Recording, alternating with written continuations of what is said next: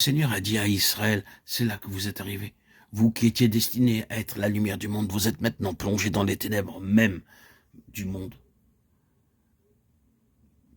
Vous agissez selon la chair, comme chaque enfant d'Adam agit selon la chair.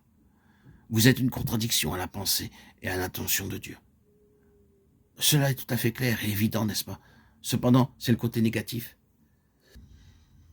Ce qu'Israël n'a pas réalisé est repris dans la personne du Fils de Dieu et est transféré désormais au nouvel Israël collectif appelé dans la lettre aux Hébreux les compagnons de Christ. Voyons-nous ce que doivent être les compagnons de Christ? Ils doivent être les instruments mêmes dans lesquels est accomplie cette vérité. Ils doivent être les temples mêmes de Christ et c'est en eux qu'il est la lumière. Christ en vous, l'espérance de la gloire. Colossiens 1, 27. Nous savons que le Nouveau Testament nous parle avec insistance de l'intelligence spirituelle et de l'importance immense de la connaissance spirituelle. Il donne une valeur très haute et très grande à la faculté de la vue spirituelle.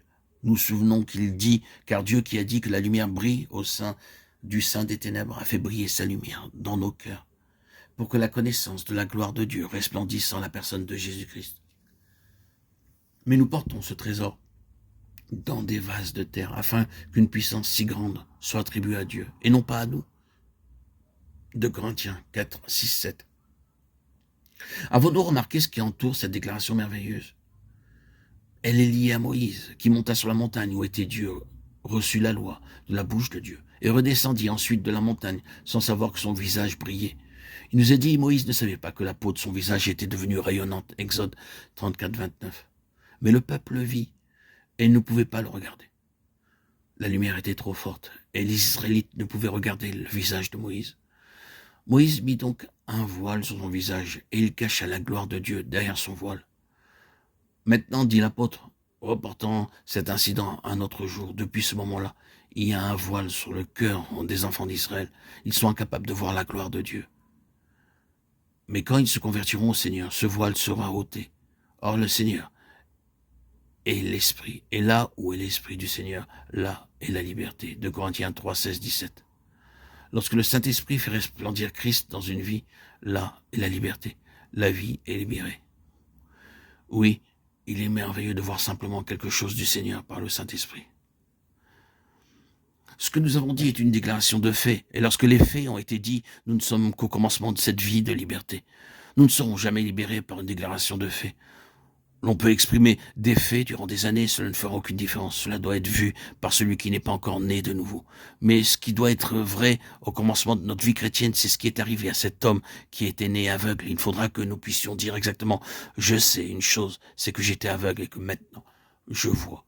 Jean 9, 5. C'est la caractéristique du début, de la naissance d'un véritable compagnon de Jésus-Christ. Mais ce n'est que le commencement de la vue. L'apôtre a donné une grande quantité d'enseignements aux croyants d'Éphèse. Il leur a dit, je n'ai rien négligé pour vous faire connaître tout le dessein de Dieu. Acte 20, 27. Il a passé plusieurs années avec eux et leur a fait part de toute la lumière qu'il possédait.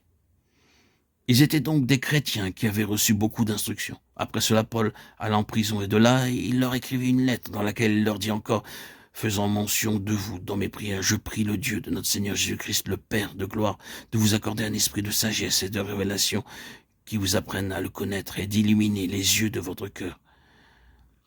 Éphésiens 1, 16, 18. Il ne s'agissait pas de leur salut, ils étaient sauvés depuis un long temps et avaient déjà reçu un enseignement très riche. Ils avaient déjà suivi un long chemin avec le Seigneur. Et Paul, cependant, fait encore monter à Dieu cette prière pour eux.